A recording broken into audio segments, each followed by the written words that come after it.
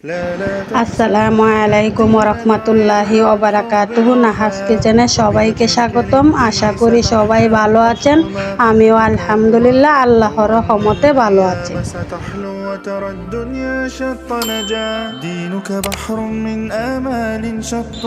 চলে আসলাম রান্নার ভিডিও নিয়ে। আজকে আপনাদের সাথে শেয়ার করব আমি বেগুন, আলু, ঢেঁড়স দিয়ে মাছের তরকারি রান্না করব। আর এখানে আছে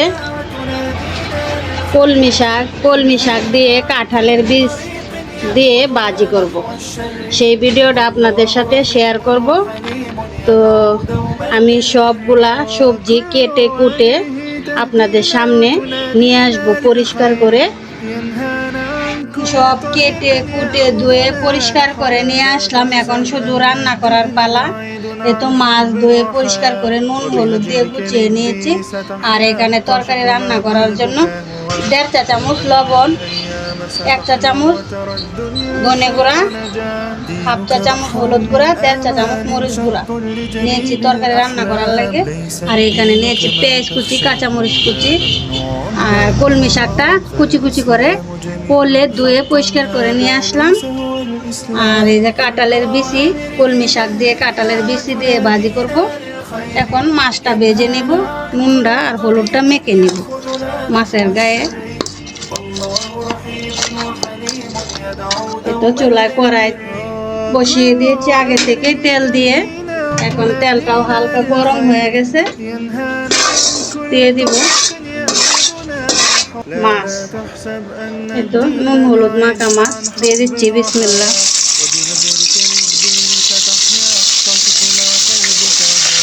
এখন আমি মাছগুলা ভালো করে উল্টে পাল্টে সুন্দর করে ভেজে নিই।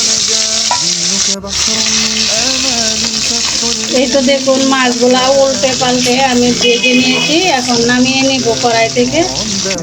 একই কড়াইয়ে দিয়ে দিব আমি পেঁয়াজ কুচি। এটাতে আমি তরকারিটা রান্না করব, তাই পেঁয়াজটা বাদামি কালার করে ভেজে নিব।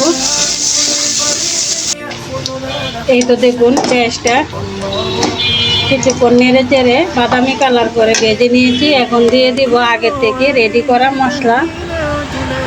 এই তো সব রকমের মশলা দিয়ে দিচ্ছি। আর একটু নেড়ে চেড়ে দিয়ে দিব অল্প একটু পানি দিয়ে মশলাটা কষিয়ে নিব।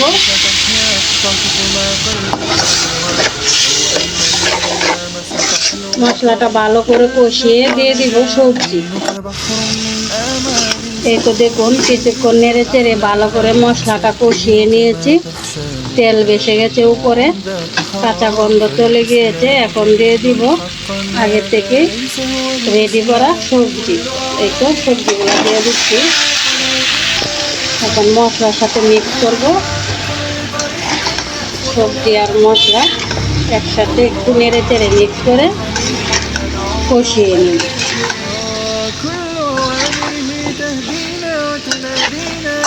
তো মশলার সাথে সবজি একসাথে মিক্স করা হয়ে গেছে। এখন কিছুক্ষণ কষিয়ে নিব ভালো করে।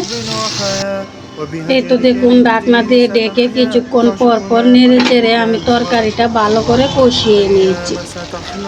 এই তো দেখুন তরকারিটা কষানো হয়ে গেছে। এখন ঝোলের জন্য দিয়ে দিব পানি, পরিমাণ মতো পানি দিব।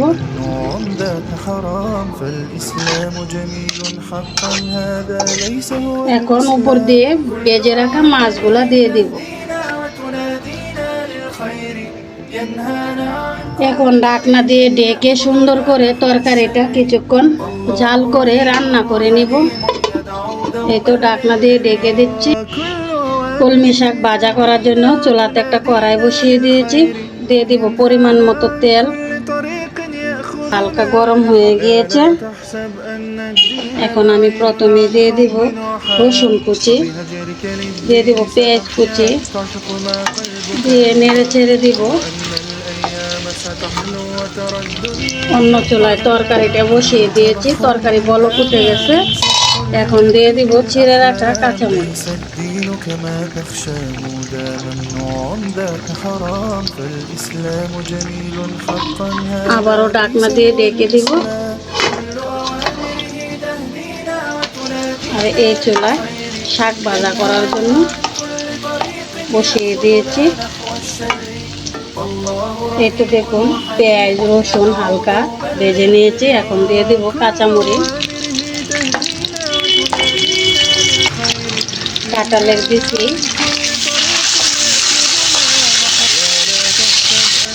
এই পর্যায়ে দিয়ে দেব স্বাদ মতো লবণ, দিয়ে নেড়ে চেড়ে দিব।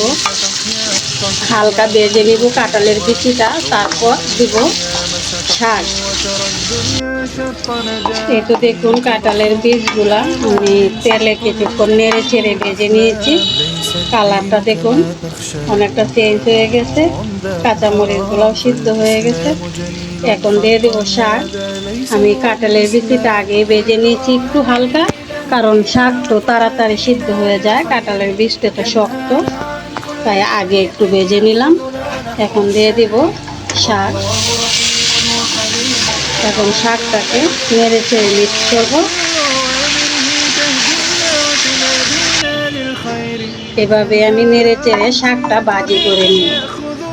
এই তো দেখুন তরকারিটা আমি কিছুক্ষণ ঢাকনা দিয়ে ঢেকে রান্না করে নিয়েছি। আলু বেগুন দিয়ে রসের তরকারিটা মাছ দিয়ে রান্না করে নিয়েছি। দেখুন কত সুন্দর দেখা যাচ্ছে, খুবই ভালো লাগছে। তরকারিটা এখন আমি চুলা থেকে নামিয়ে নিব আর এক সাইডে রেখে দিব। এই তো দেখুন কলমি শাক কাঁঠালের বিচি দিয়ে আমি খুব সুন্দর করে তেলে ভেজে নিয়েছি। দেখুন কালারটা কত সুন্দর লাগছে, দেখুন কত সুন্দর হয়েছে বাজিটা, খুবই জর্জরে হয়েছে। আর এই বাজিটা খেতে কিন্তু খুবই সুস্বাদু মজাদার একটা শাক ভাজা। কাঁঠালের বিচি দিয়ে এভাবে শাক ভাজি করে খেয়ে দেখবেন, খুবই ভালো লাগবে। তো এখন আমি একটা বাটিতে তুলে নিব শাকটা, তো একটা প্লেটে তুলে নিচ্ছি। এই তো দেখুন শাক ভাজিটা আমি একটা প্লেটে পরিবেশন করে নিয়েছি। দেখুন কত সুন্দর দেখা যাচ্ছে। শাক ভাজি দিয়ে শুকনা মরিচ ভাজা খেতে খুবই ভালো লাগে। আমি শুকনা মরিচও ভেজে নিয়েছি। আর এদিকে দেখুন সবজিটাও খুব সুন্দর হয়েছে। আর আমি ঝোল রাখছি না, কারণ নরম সবজি, ঢেঁড়সও নরম, বেগুনও নরম, তাই আমি মাখো মাখো করে রেখেছি। এই তো দেখুন আমি ঝোল রাখছি না। এই তরকারিটা খেতে খুবই ভালো, এইভাবে আপনারা একবার হলো রান্না করে খেয়ে দেখুন, খুবই ভালো লাগবে, খুবই সুস্বাদু। তো আশা করি আজকে আমার এই রেসিপিটা আপনাদের কাছে ভালো লাগবে। আর ভালো লাগলে লাইক কমেন্ট শেয়ার করুন, প্লিজ সাবস্ক্রাইব করে আমার পাশে থাকুন। আজকের ভিডিও এই পর্যন্তই, আবারও দেখা হবে অন্য ভিডিওতে। সেই পর্যন্ত সবার জন্য আল্লাহর কাছে দোয়া করি, ভালো থাকুন, সুস্থ থাকুন। আল্লাহ হাফেজ।